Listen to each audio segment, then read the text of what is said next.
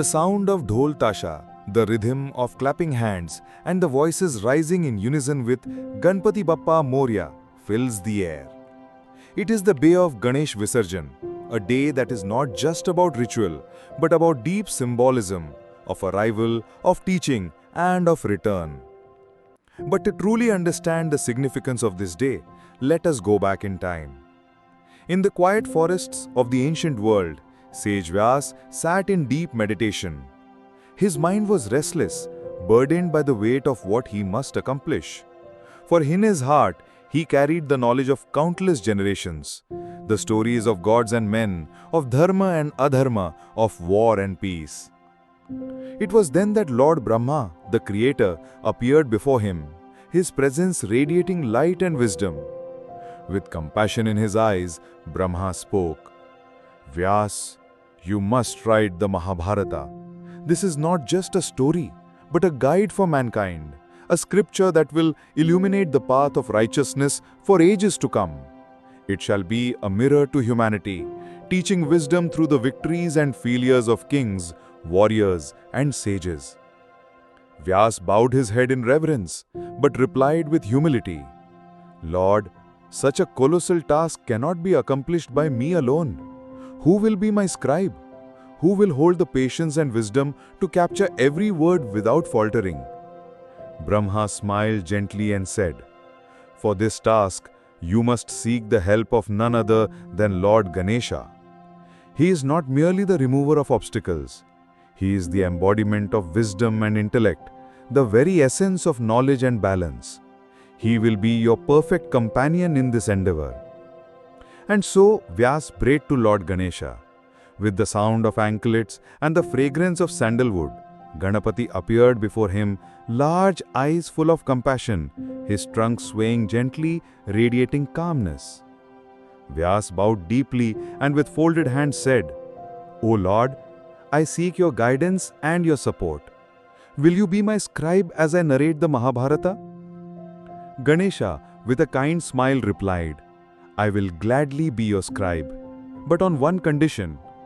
Once you begin, you must not pause. You must continue without break, for my writing hand shall not stop." Vyas, wise as he was, placed a condition in return.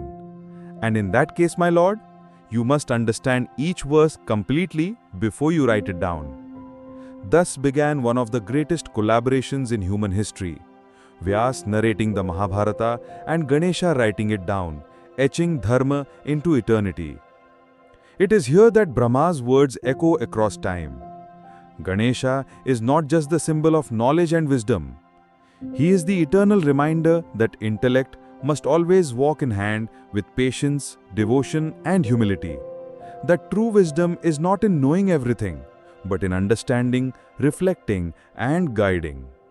And this symbolism is what we see alive even today, especially during Ganesh Chaturthi and Visarjan. When devotees bring Ganpati into their homes, they invite not just a clay idol, but the very presence of wisdom, auspiciousness, and divine energy. For days they worship him, sing his praises, and offer their love. But when the time of Visarjan comes, the idol is carried with joy and tears, immersed in rivers and seas, symbolizing a deep truth. That wisdom does not belong to us alone. It flows back into the universe, into the eternal ocean of existence. On the day of Visarjan, as devotees chant, "Ganpati Bappa Moria, Pudcha Varshi Laukarya," "O Lord, come again next year," they are not just bidding farewell, they are acknowledging a spiritual truth. The idol dissolves in water, but Ganesha's essence remains with us. Just like clay returns to clay and water merges into water, our lives too are part of a larger cycle.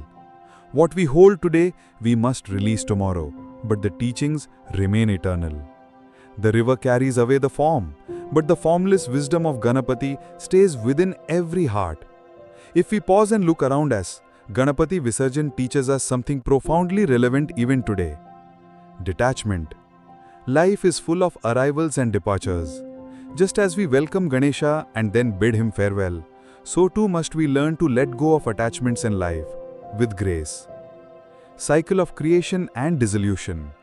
The immersion of Ganapati reflects the universal law that everything created must dissolve only to return again. Nothing is permanent, yet nothing is truly lost. Wisdom beyond ritual. Ganapati is not just a festival deity. He is the embodiment of learning, patience, and understanding. To celebrate him is to live his values. As the idol is lifted on shoulders, streets fill with music, dancing, and cries of devotion. Children wave goodbye, elders fold their hands in reverence, and families shed tears of both joy and sadness. At the riverbank, lamps float on water, reflecting stars above. The idol is gently lowered into the waves. As it begins to dissolve, voices rise. Bappa, we know you are not gone. You are with us in every thought, every lesson, every act of goodness. We will see you again, for you are eternal. The water embraces Ganapati, just as the universe embraces every soul. The waves carry away the form, but leave behind an ocean of meaning. Just as Vyas once narrated the Mahabharata with the help of Ganesha, so too do we continue to narrate the story of Ganapati every year through Chaturthi and Visarjan. His story is not bound to time. It is not a single tale, but an eternal rhythm. Brahma's words still hold true. This is not just a story. This is a guide for mankind, a light for generations. And so, Ganapati Visarjan is not an ending. It is a reminder that wisdom may take form for a while, but its essence is forever within us. So when we chant, Ganapati Bappa Moria, Purcha Varshi Laukarya, we are not just calling him back. We are calling back the wisdom, the joy, the humility, and the divine energy he represents. For Ganesha is not just worshipped, he is lived every day in every action of true wisdom.